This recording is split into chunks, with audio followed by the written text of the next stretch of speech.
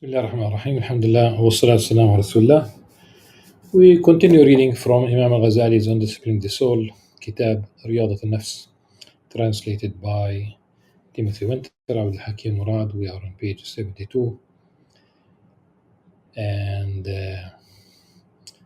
we have reached the story of Abu Abdullah al-Khayyat, the tailor, as will also be known from the nature of the story. Imam Ghazali said it is related that Abu Abdullah Al-Khayyat had a shop in which he would sit, and the Western client who made use of his tailoring services. Whenever he made something for this Zoroastrian, the latter would pay him with bad coins, counterfeit. That's exactly what it is. الدراهم زائفة, forged, مزيفة, زائفة originally. So he would pay him with such worthless coins, which Abu Abdullah would take. He knew about these, but without either saying anything to him or refusing them. Now it so fell out that one day Abu Abdullah had left his shop on some task, and the Zoroastrian came and, not finding him, paid his apprentice instead, again with such worthless coin for something which had been sewn for him, tailored for him. The apprentice looked at it, saw that it was bad, and gave it back to him, to the Zoroastrian. When Abdullah returned, he told him what had happened, what had occurred. "You have done wrong," Abu Abdullah told him. "That Zoroastrian has been dealing with me in this fashion for some while, and I have been patient with him, taking his coins and throwing them into a well so that no other Muslim might be taken in by them." He did not want these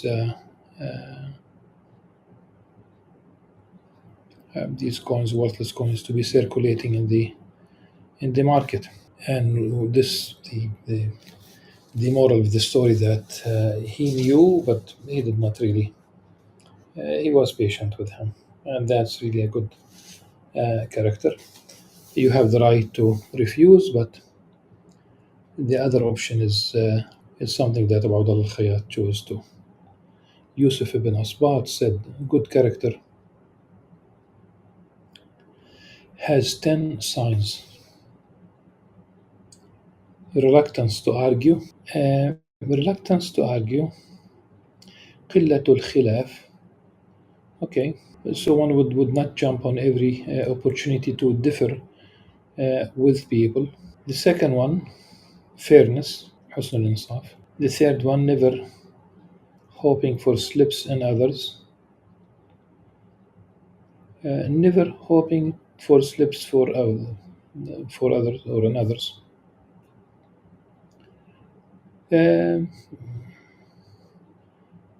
Not only this, he would disdain such an act. ترك طلب العثرات. You don't really search, you don't really look after, you don't really try to find people's mistakes, or so it's basically abandoning this thing altogether, looking for a charitable interpretation of other people's misdeeds. وتحسين ما يبدو من السيئات, like trying to find if there is room for an interpretation, an explanation that does not incriminate, that does not find people at fault, finding excuses for them, tolerating the harm they do to one, blaming oneself, knowing one's own faults and not those of others. عليك بخاصة نفسك. I mean, you just look into the mirror. You have enough to busy yourself with. your own faults, knowing one's own faults and not those of others, meeting young and old alike with a cheerful face, and speaking kindly to those who are superior or more humble than oneself. ولطف الكلام لمن دونه ولمن فوقه. وسئل سهل عن حسن الخلق. Sahl must be Sahl al-Tastari, Allah al was once asked about good character and said, its least degree is to tolerate the wrong done to you and not to seek compensation. It is to have compassion and pity for those who It is to have compassion and pity for the one who wrongs you and to ask God to forgive him. Just think of accidents, car accidents, for example, today. People might make a mistake, they might hit your car, they rear end your car, they are to be blamed, and all over the world. This is the law. It's your responsibility as if you drive behind another car, you should keep a good distance, pay attention, be alert, don't check your phone, send and receive messages. Uh, and I know a story of a Iraqi professor, Jazakallah khairan. He was hit by a double stroke motorbike. It's more of like a bicycle, really, but it's a motorbike where it has pedals. You help it like you with a like exactly with a like the case with a bicycle. So this is the transportation of the poor people in general in Southeast Asia, Muslim and Muslim alike. So he hit him. والكاظمين الغيظ, he suppressed his if he had anger, or of course people don't like to be hit. Number two, والعافين عن الناس, he forgave him. Number three, والله يحب المحسنين, he gave money to the person who hit him to fix his bike, his motorbike. This is really an excellent understanding, an excellent interpretation, an excellent implementation of this verse. هو الكاظم الغيظ والعافية عن الناس والله يحب المحسنين. Al-Ahnaf ibn Qais was asked from whom he had learned forbearance. From Qais ibn Asim, he replied. How forbearing was he? He was then asked. And he answered, once when he was sitting in his house, a slave girl of his came with a large skewer of roast meat. This fell from her hand and landed on and killed his baby. The slave girl was horrified, but he said, do not be afraid.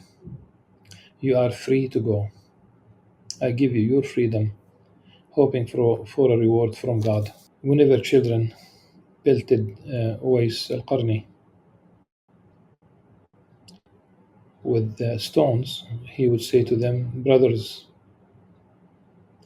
if you must throw stones at me, then do so with little ones, so that my legs do not bleed.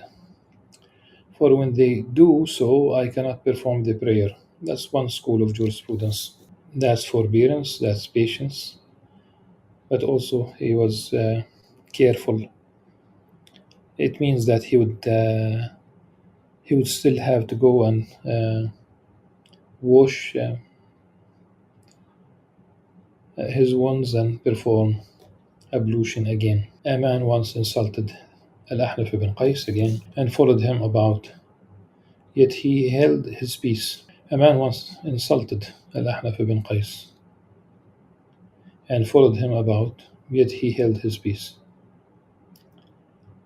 When they drew near to his home, to his home district, Al-Ahnaf stopped and said, if you have something more to say, then say it now, lest some of the foolish men of the district hear you and do you some harm. Al-Ahnaf tolerated his nonsense, his abuse, his his insults, but others might not really tolerate the insults, so they might harm this man. It is related that Ali, may God ennoble his face, Karamallah wajhah, once called a slave boy to him. When he failed to respond, he called him a second time, and then a third, yet he still did not respond. So he arose and went to him and found him laying down. Did you not hear me? He asked. Yes, I did, he replied. So why did you not respond? I knew that you would not punish me, he said, so I was lazy. Depart from me, he said, for I have freed you for the sake of God. That was the position of Ali bin Abi Talib, radiallahu anhu. Not punishing, rather setting him free. A woman once said to Malik ibn Dinar, and just pay attention to this boy when he said that I knew that you would not punish me. You are a Muslim, you are an ambassador of goodwill on behalf of Muslims. All of us do, in the sense of we should really exhibit the best moral character. Otherwise, we will be the ones who are the obstacles. Others might see how we behave. Either they are drawn near or um, they associate our bad behavior with religion, which is not really the case. It's the other way around. A woman once said to Malik ibn Dinar, you hypocrite. And he said, woman, you have found my name, which everyone else in Basra has mislaid. So all the people of Basra, he said that they did not know the name, but she found his name. He did not bother uh, being called a hypocrite. يا مرائي ليس يا منافق. So it's not really showing off. It's kind of hypocrisy.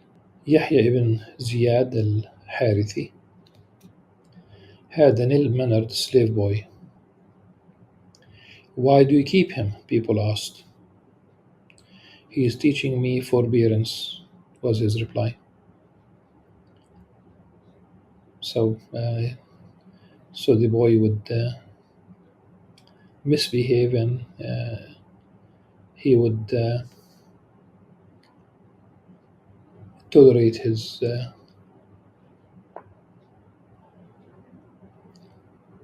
bad attitude. These souls were made humble through discipline, so that their qualities reached an equilibrium and their inner aspects were cleansed of all dishonesty, rancor, and ill will.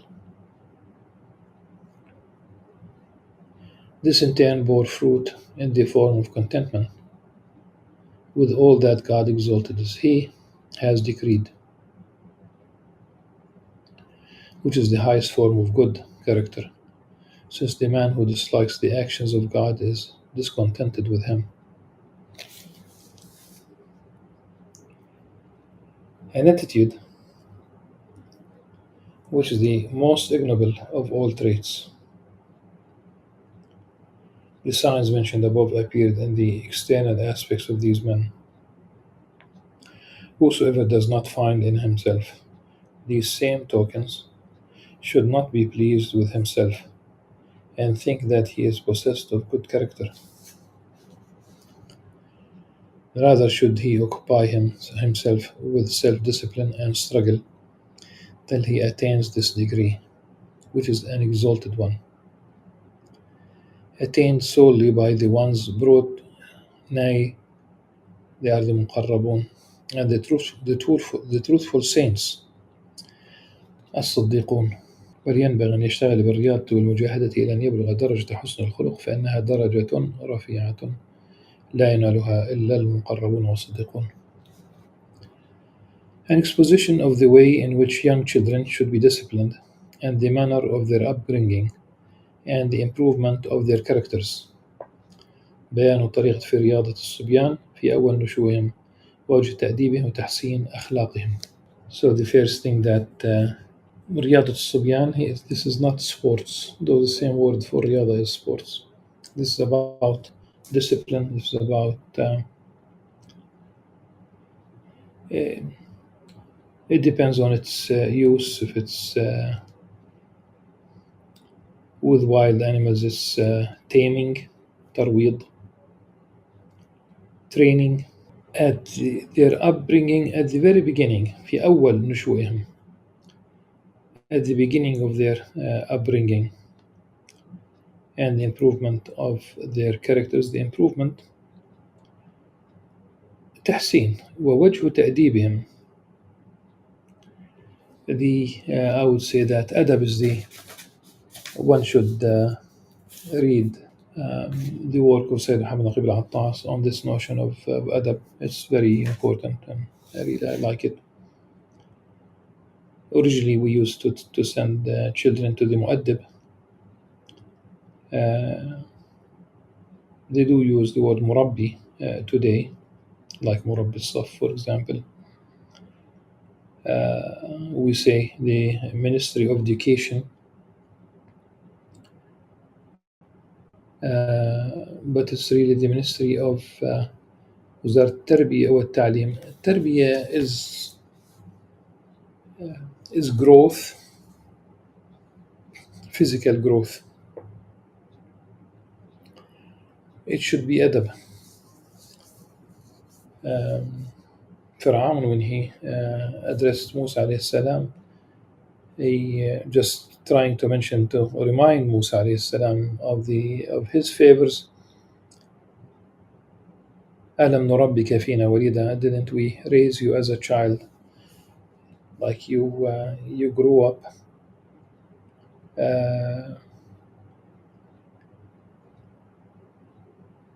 it was my favor that I have bestowed in you. This is really the meaning of أَلَمْ نُرَبِّكَ فِينَا وَلِيدًا. For Fir'aun lacks the adab, so he could not basically inculcate adab in Sayyidina Musa alayhi salam. Imam Ghazali rahmahullah said, know that the way in which young children are disciplined is one of the most important of all matters. A child is a trust in the care of his parents, for his pure heart is a precious uncut jewel devoid of any form or carving, which will accept being cut into any shape, and will be disposed according to the guidance it receives from others. Today it is, just as a comment, it's well known that a very high rise, the numbers simply shooting up. Within 8 years, in some European countries, the number of children who need mental health care, more than 250% rise in the percentage over 8 years between 2009 and 2017.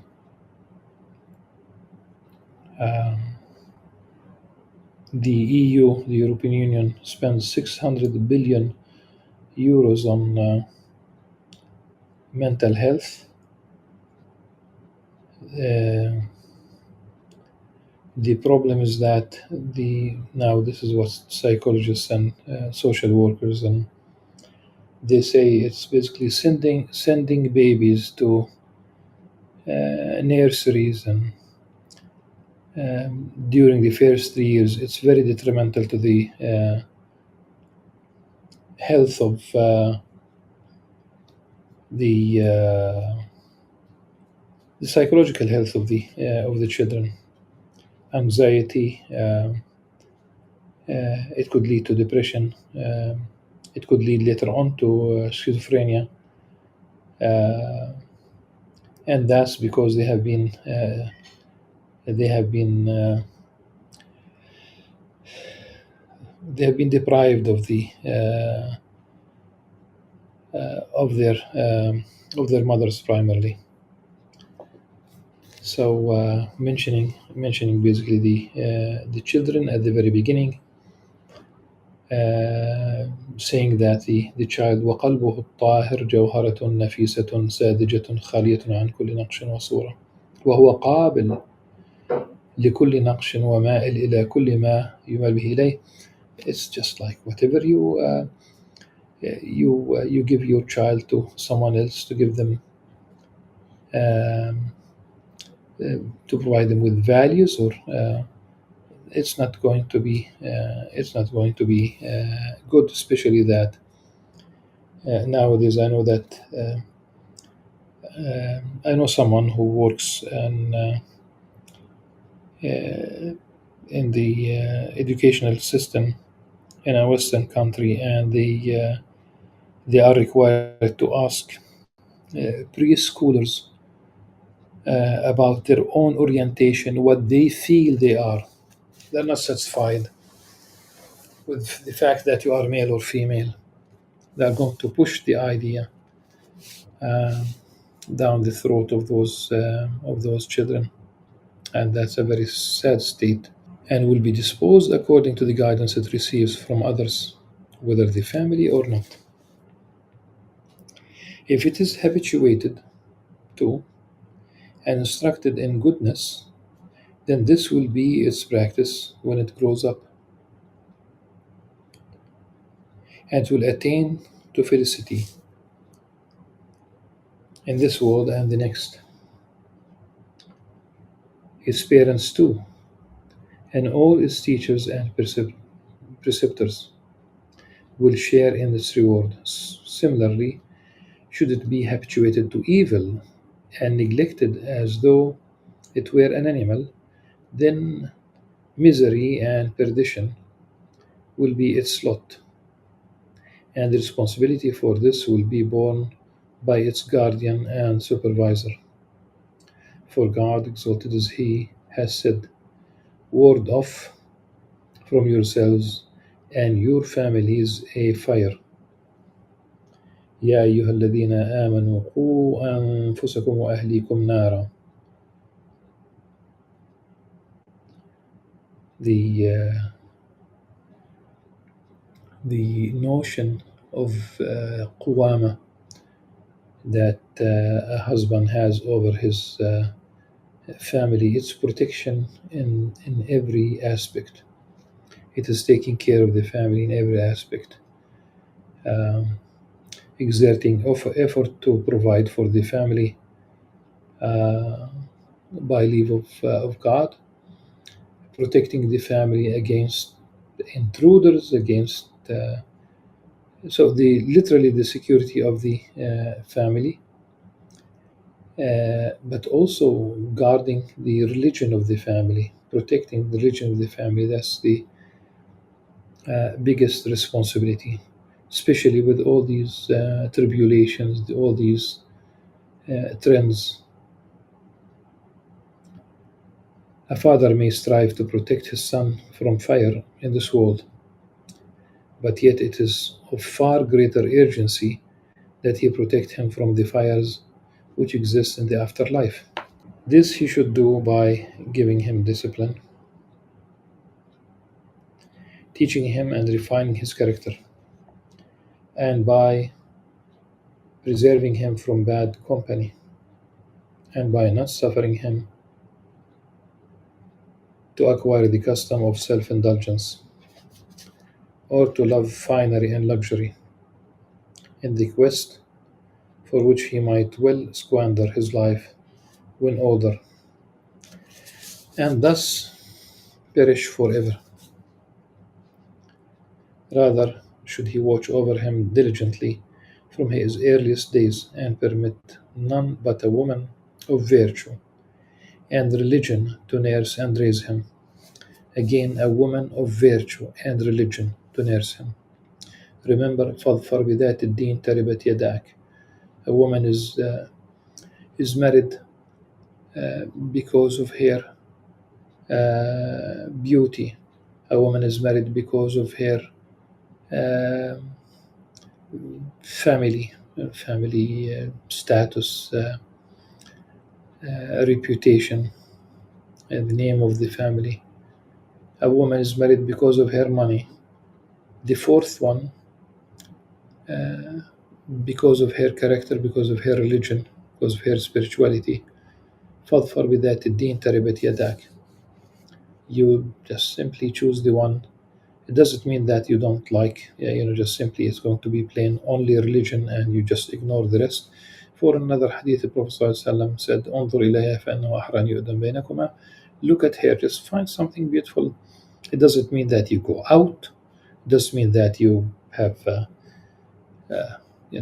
there's no need for just simply seeing something, hearing, finding something that you love. Remember that neither you nor both of us, both of you, all of us have imperfections. Don't look for the perfect person. So, and permit none but a woman of virtue and religion to nurse and raise him.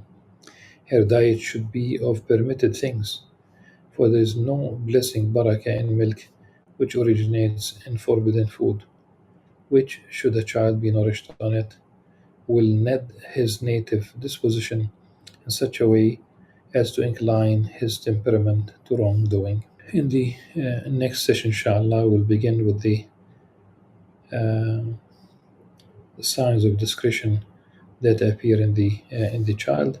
Until then, سبحانك اللهم وبحمدك أشهد أن لا إله إلا أنت أستغفرك وأتوب إليك. والسلام عليكم ورحمة الله وبركاته.